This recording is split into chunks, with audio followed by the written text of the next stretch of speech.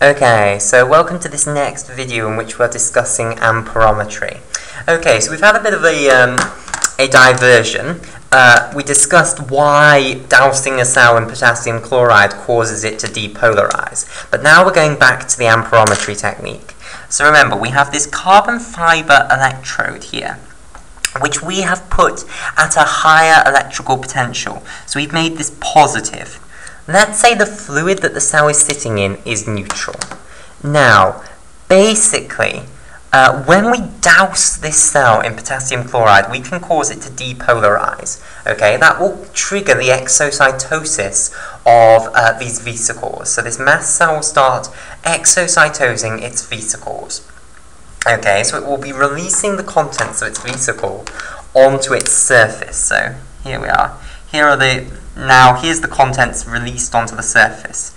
So when you release the neurotransmitter, it's going to go onto the surface of the cell, and basically, often what you will find is that neurotransmitters are capable of being oxidized. Now, what does oxidized mean? Well, it's a chemical term. Oxidation, the process of being oxidized, means the process of losing electrons. Okay, so basically, it's a property of many chemical species that they are capable of losing electrons, having electrons nicked off them, basically. Okay, and many neurotransmitters are capable of having this done to them, basically. So when this neurotransmitter is released, what will happen is it will go up to this electrode, to this turquoise electrode here, and the electrode is positively charged. So what it's going to do is it's going to grab electrons off the molecules, because remember, electrons are negatively charged, so they will be attracted to the positively charged carbon fiber electrode. So what's going to happen to these molecules is that they're going to have electrons snatched off them. The electrons will go whizzing off up the carbon electrode, leaving the neurotransmitter molecule with a positive charge then. And then the neurotransmitter will flee from the electrode basically into the fluid.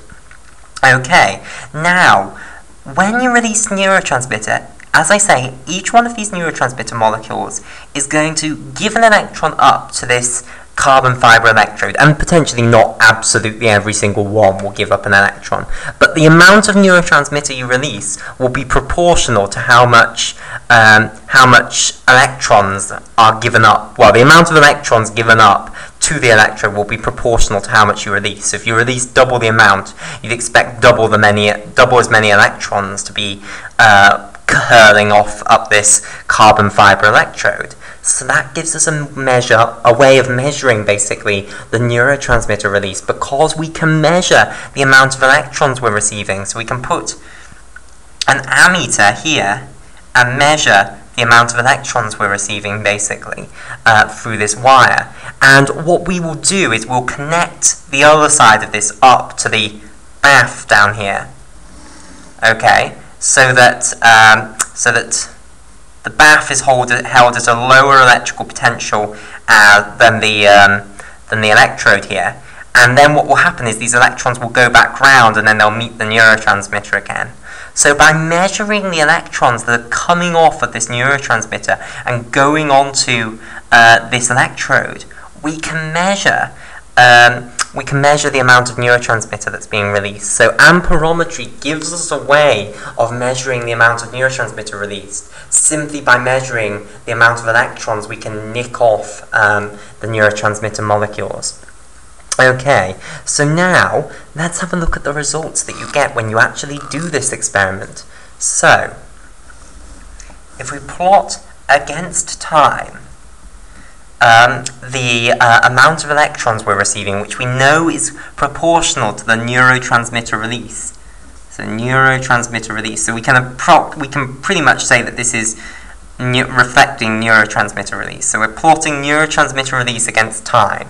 What we get is a result that looks like this. So let's say we stimulate the cell here. So we stimulate the cell, or maybe a bit before that. So actually, let's say we stimulate at time 0. And then there's a little delay whilst the fusion takes place. And then what happens is you get this portion, and then you get a spike that looks like that. and then it tails off. So neurotransmitter release basically has these two portions. It has what's known as the spike here, which is this main portion here. So let me highlight the spike. So the spike is here in purple. Okay. And then it has what's known as the pre-spike foot, which is this blue bit here. So this is the pre-spike foot. Okay, pre-spike foot. And basically, what happens is when you trigger fusion, for a while you get this tiny little release of neurotransmitter. Then suddenly neurotransmitter starts pouring out of the cell, and then it goes down again. Okay, right. So what's happening here?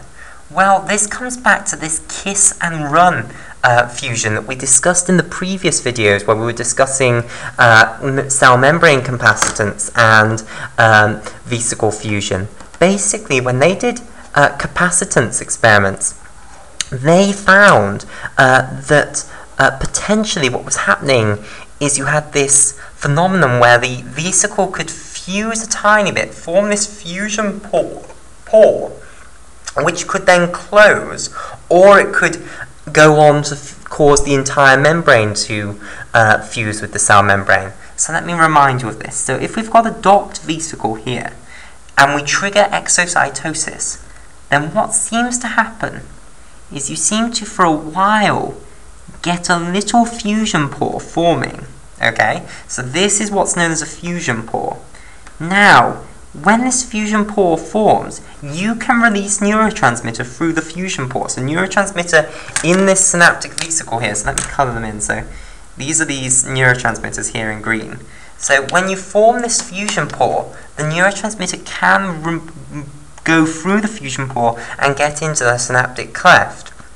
Okay, and this is believed to be what's happening in this pre-spike foot here, where you're just releasing little bits of neurotransmitter because it's all the neurotransmitter that's coming through this fusion pore. So what we believe we're seeing here is the fusion pore having formed, releasing a low level of neurotransmitter, and then when you go into the proper spike, what's happened is the membrane has properly fused. So the vesicle is properly fused with the cell membrane, and now you're releasing the whole neurotransmitter at once, basically. So that's this spike where you get a very high level of neurotransmitter release. Okay, right. So in the next video, what we'll do is we'll discuss this kiss and run phenomenon, this formation of the fusion pore, and we'll put it all together in a cohesive theory.